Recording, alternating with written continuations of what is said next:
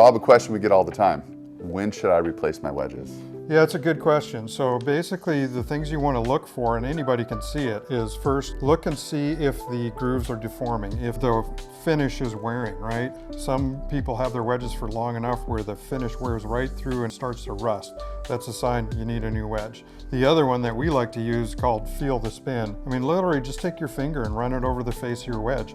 If your wedge feels really smooth or those grooves feel inconsistent, they don't have any edges, then that is a sign you need a new wedge. I mean, you want those grooves and the face to be clean and crisp so you have maximum control.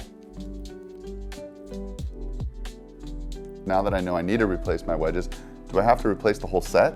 No, not necessarily. So the wedge you want to look at is the one that you're using the most often, the one that you warm up with, the one that you practice with, the one you're hitting out of bunkers all the time. From what we've seen in all of our research, that's the wedge you probably need to replace, twice a season if you really want your wedges to perform and have maximum control. Pitching wedges and gap wedges, if you're hitting those out of the fairway, you're not hitting them out of the sand. So those you could probably go the whole season, maybe even a couple seasons with those. Yeah, and I think another point would be, make sure that you're cleaning your grooves in between practice sessions or even in between shots so that you're not adding to that distortion. Yeah. And then the second thing would be maybe take your old wedge and use that during your practice session while you keep your gamer fresh in your bag just for the rounds that you play.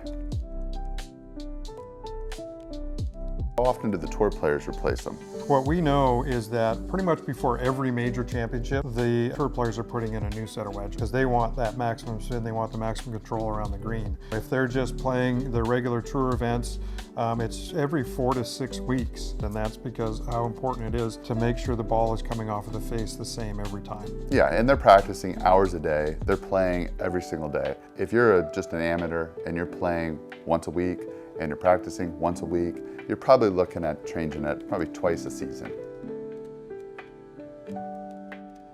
One of the first ones is you'll notice your spin is different. It hits the green and it's not checking up as often. The other thing is you'll notice your trajectory. Like I see this all the time where people will get up there and they'll hit some pitch shots and they're like frustrated because they're like, I just can't get it to launch the same every time or land in the same area every time. And that's a sign that your wedge is worn more than you need help with your technique.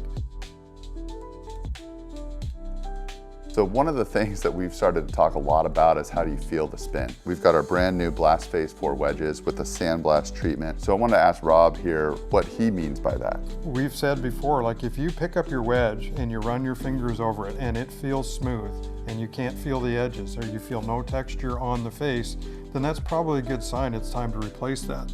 If you look at our Blast Phase 4 with the sandblast face and the grooves, when you run your finger over that, you can really feel it, that texture, you can feel those grooves, and that's a sign that the ball's going to spin, so you're feeling the spin. Right, awesome. Thanks, Rob. We'll see you next time.